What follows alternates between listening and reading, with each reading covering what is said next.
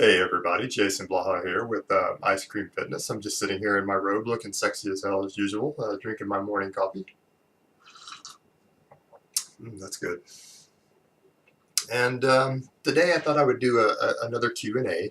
I got a question from someone in a private message on YouTube asking me what I think of the Paleolithic diet and if there are problems associated with this diet and what the possible benefits could be. And I'm going to break that down for you today. But hold on, let me give you guys a pose first. Okay, on to the paleo diet. You know, okay, on to the paleo diet. To me, when I first heard about this idea, it sounded really intriguing, and I mean, it sounded really good. The whole idea behind this is to try to eat the way our ancestors ate before the agricultural age came here, and to try to eat naturally and the way that it was intended for our ancestors to eat, or the foods that we evolved to eat. We've got a couple of problems with this. First of all, while that sounds good in theory, it's kind of a bit of a fallacy there, a logical fallacy. The assumption that what we ate in nature and what is natural is actually better for us in terms of health and longevity, versus things that we've accumulated through more technology, that it's actually better for things like body composition and athletic performance. And you can't just make those sort of statements without proving them through study and under laboratory conditions. Because, I mean, honestly, you simply can't make that type of statement. I mean, if the way nature intended things, assuming there even is a guiding force there behind nature, then we would have never started, cooking meat with fire. But we know in modern anthropology, when they've worked with biologists and nutritionists back and forth, the idea has actually come up that our last speciation into Homo sapien occurred in large part because we had been eating cooked meat consistently for over 1 million years, and it changed our access to nutrition. It changed our access to calories and fatty acids and things, and actually allowed us to develop a more complex and larger central nervous system and a larger like brain to body ratio or brain to GI tract ratio. So right there we have a problem just looking back historically with saying that what's natural in our diets is what's going to give us the best results in terms of health, longevity, benefits, and in that case, intelligence and cognitive function. And then we could say the same thing regarding muscle gains, athletic performance, general fitness. Uh, it remains an unproven there. And the same could be said of, things like antibiotics and other technology that has increased our quality of life, health, and lifespan. And when you look at it that way, there's a problem with assuming this line of logic. The next issue you run into is that there's no general consensus as to what a Paleolithic diet is. I mean, there's a dozen different authors who've written a dozen different books breaking it down, and they have completely different ideas on what food you should eat, what food you shouldn't eat, what your macronutrient ratios and balance should look like. There's not even an agreement as to what Paleolithic dieting is. The things though that seem to really be highlighted by this diet is particularly food avoidance, and then there are arbitrary food avoidances, and there are some benefits to things suggested. I mean, it does suggest more fruits and vegetables. The suggestion is to eat more lean proteins, but this idea of food avoidance, of the most simplistic versions of it have you avoid things like grains, processed carbs, dairy, things like that, and the claim is that our bodies aren't situated to handle these things, that we get N3 to N6 or omega-3 to omega-6 fatty acid ratio problems and other things associated with this. But the reality is, I mean, yes, there are problems with omega-3 deficiency, but I mean, anybody who's aware of that in the modern world supplements with a little fish oil and that goes away. So that it really isn't particularly a concern. I mean, for people with at least a basic understanding of nutrition, and I mean, and even doctors and cardiologists recommend low doses of fish oil to people for health, and most people I know of in the fitness world supplement with some sort of omega-3 fat. So that completely negates that benefit or potential benefit to the diet or concern. And then the things with grains, I mean, it's often pointed out, all the high carbohydrate content and things. And well, I mean, if you're watching my channel, you're generally interested in being an athlete, a bodybuilder, or general fitness, and developing an impressive physique in some manner. And in the real world, you're not going to do that on a low carb diet. You need a lot of carbs. So again, this kind of some of it is an avoidance of carbs, and that's really a problem. Then we get over to the actual aspect of grains themselves, and it doesn't hold up under laboratory conditions. Yes, there are some individuals who have problems with things like gluten and things, but that's been massively overblown. That's kind of a response of kind of a hippie and new age movement from the 70s, kind of pushed the gluten intolerance thing into the mainstream. Books have been written on it, and lots of people actually think they're gluten intolerant who actually are not.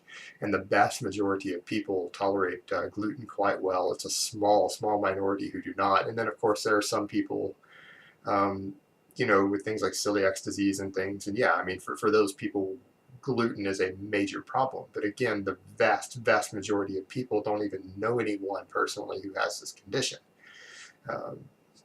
So again, that shouldn't be a concern. And even the allergy aspect, I mean, if we were to use the fact that common allergies would deter people from eating certain foods, and that your whole diet should be based upon what common allergies are. Well, I have a really common allergy, and it's shellfish, and that's one of the most common ones. And if I eat shellfish and I do not get medical attention, I will die. I will absolutely die. I've accidentally eaten it twice during my childhood and had to go to the emergency room, had to be pumped full of epinephrine, had to have my stomach pumped, and I was unconscious by the time I got there. So, if we use that, then it's the same thing. And my mother had a peanut allergy, and nuts are a common allergy, and a lot of the paleo diets allow nuts, but nut and shellfish allergies are actually more common than wheat and gluten allergies. So I don't know why these people writing these type of fad diets don't just go ahead and include shellfish and nuts also, since they're more common problems. But for the most part, we really need grains. Our whole society and culture is built upon agriculture and grains, and without grains in our diet, we would have never built civilizations or cities or any of the things we have, and there wouldn't even be a means to discuss paleo diet, to distribute books, and we wouldn't have computers without refined and cultivated grains. So I mean, it's just these people, they seem to be they're anti something that is essential for us to maintain a high population. It's essential for population density, at least for the past few thousand years, and it's essential to maintain our culture and technology. Yet they're very much against it, without any real evidence other than really bad demographic studies to even suggest that it's a health problem for the vast majority of people. And it becomes the same with the dairy thing. And again, I mean, they're talking about that we aren't designed to eat dairy or haven't evolved to, but the fact of the matter is, a lot of regions of the world, people have been eating dairy long enough that the majority of the populace is extremely well adapted to dairy. Yes, there are people with lactose intolerance, but some of it's so mild that they can tolerate small amounts, or they can simply eat a little bit of yogurt with their dairy, and then they actually have no lactose intolerant problems at all. And it's only a small percentage of people who are so severely lactose intolerant that any dairy at all causes a problem. There's a very small minority. And again, if you don't have that problem, why would you follow a diet for people who have that problem? It makes no sense. If you do not have that problem, that's absurd. And then we get into the other issues of the fact that these diets are even really toned down versions of the whole philosophy, in the sense that, yeah, they have these arbitrary and possibly negative food avoidances, and avoiding some of the best foods for athletic performance, bodybuilding, muscle gain, again, dairy and grains. But again, the idea, a lot of them have to tone it down, because first off, a true Paleolithic diet would be virtually impossible if you were not a multimillionaire. In the modern world, if you don't have tens and thousands of dollars to throw away on specialized food, you're not going to be able to get wild food. I mean, even the fruits and vegetables that you're eating on this type of diet are absolutely a result of everything from genetic engineering to selective breeding for thousands of years. I mean, if you've ever seen what a wild banana looks like, that's not the type that we selectively bred and cultivated, over thousands of years, even down in Africa, you'd be really shocked at what it looks and tastes like. It wouldn't be something that you would particularly enjoy. Um, Today, if you were to see what these things look like. And it's the same with a lot of our vegetables, with broccolis and cauliflowers, and all of our really high micronutrient dense vegetables come from the same process that gave us the grains. It's from agriculture, cultivation, selective breeding of these things is where we get these foods. So, it would be almost impossible for the average person to even find foods that aren't cultivated in that way. And even when we get to the refined grain thing, this has been overhyped. I mean, people associate all of these things with various health problems, and we know when we study it up closely that this has been overblown, it's been overhyped. It's, again, people wanting to find good and bad foods. And again, if you watch my video on healthy versus unhealthy foods, you'll note that I go into that in quite a bit of detail, the problems with that. And then we get into some other issues also. Again, it's often been touted that, yes, these sort of diets are great for getting lean because they have you focus on eating a lot of fiber, very satiating foods, and a lot of lean protein. But if we already know that eating lots of fiber and eating lots of lean protein is extremely helpful in getting lean, why do you need to follow a diet with all of these other weird rules that are of no benefit, uh, purely for the purpose of gleaning a benefit that you already know how to get? It's very simple. I mean, eat more fiber and more protein when you want to get leaner. But the other issue is a lot of times the restrictions in a lot of these paleo diets are so hard that for someone who's very athletic and trying to gain a large amount of muscle mass or strength, they're going to struggle to even get enough calories and nutrition on this type of diet oftentimes to make progress. And so they'll actually have to come off the diet to even achieve their goals. So again, you get into the question of, why are they even following this food avoidance diet to begin with? And as far as, again, just losing body fat, again, watch my demystifying fat loss video. And I break down everything you need to know on fat loss. You don't need to follow a diet like this, one of these weird arbitrary food avoidance diets, purely to get this benefit. And again, I have no problem with a diet that's focusing on people eating more fruits and vegetables and more lean protein and things.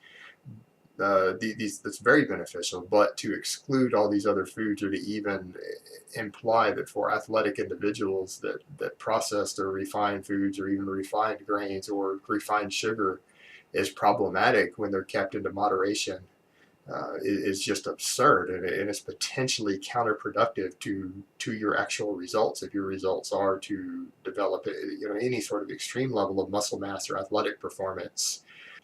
So again, that's pretty much my take on Paleolithic diets, the problems associated with them, and then I pointed out to you again that all the benefits that could possibly be gleaned from this type of diet can just as easily be gleaned while following just a normal balanced diet, as long as you realize what aspects of it work, and not avoiding the foods that you love and enjoy. You can still have some white rice and some ice cream every day, while still following the aspects of this diet that are beneficial, and getting great results and getting to enjoy the foods you actually love, just like normal people eat.